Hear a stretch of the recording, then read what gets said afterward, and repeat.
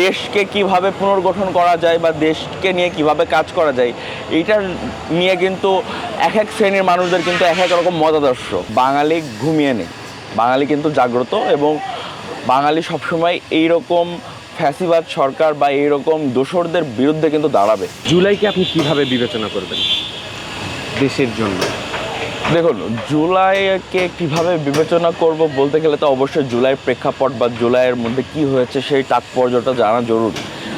জুলাই কিন্তু একটা আমাদের পুরো বাংলাদেশের সিস্টেম বলেন, বাংলাদেশের ইতিহাস বলেন, একটা নতুন অধ্যায়, নতুন মোড়। কারণ দেখুন, বিগত 16-17 বছরে যে কালচারটা আসলে চলে আসছিল, যেই ফ্যাসিবাদী সরকারের আন্ডারে এই দেশ ছিল, সেই রোশানল, সেই দাবানল, যেটাই বলেন, যে চাপটা আমাদের উপরে দেওয়া ছিল, ওইটা থেকে কিন্তু আমরা মুক্তি পেয়েছি এই জুলাইয়ের মাধ্যমে।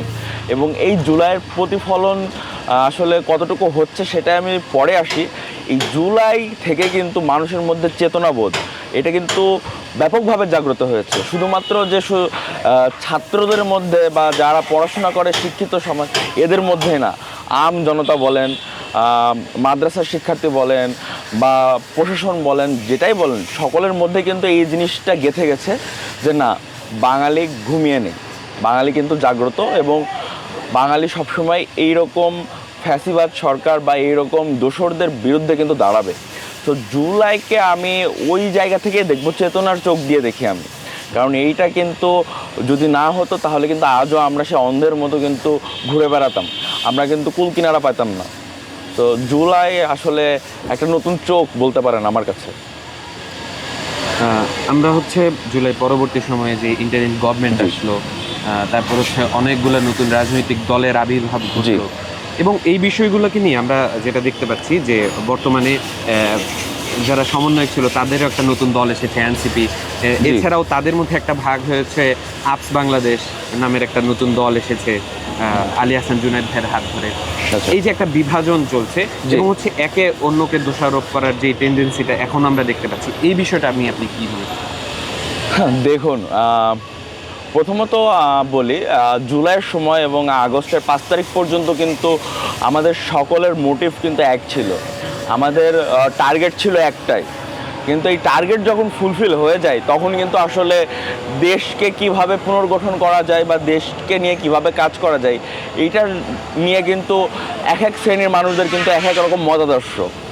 তো ওই জায়গা থেকে কিন্তু দেখা গেছে যে বিভিন্ন সময় কিন্তু বিভিন্ন রাজনৈতিক নতুন নতুন দল কিন্তু উঠে এসেছে এবং আওয়ামী লীগ, আওয়ামী যে দোসর বাহিনী, এদেরকে দমন করার জন্য কিন্তু দেখা যায় যে ওরা সক্রিয়ভাবে রাজপথে থাকার চেষ্টা করেছে। এবং হ্যাঁ, আপনি যেটা বললেন যে সমন্বয়কদের মধ্যে থেকে যে নতুন দল এনসিপি এসেছে, এইটার পরেও কিন্তু আরও কয়েকটা দল উঠে আসছে এবং বিভাজন দেখা গেছে, যা সত্য। কারণ দেখুন, সবার মতাদর্শ কিন্তু আসলে এক হয় না, আর যেখানে মানুষ তার নিজের মতাদর্শের মিল পায় না সেখানে কিন্তু তারা একভাবে থাকতে পারে না, সক্ষম হয় না। তো জিনিসটাকে যদি আমি এক রাডারের আন্ডারে না আনতে পারি তাহলে এরকম বিভাজন হবে, এটাই স্বাভাবিক। আর তার থেকে বড় কথা, এখানে কিন্তু শুধুমাত্র পাবলিক ইউনিভার্সিটির স্টুডেন্টদেরকেই বেশি প্রাধান্য দেওয়া হয়েছে আগাগোড়ায় 5 আগস্টের পর থেকে। প্রাইভেট ইউনিভার্সিটি বলেন, মাদ্রাসার শিক্ষার্থীদের কথা বলেন, এরা কিন্তু কোথাওই নেই বললেই চলে, আর থাকলেও খুবই যথাসামান্য।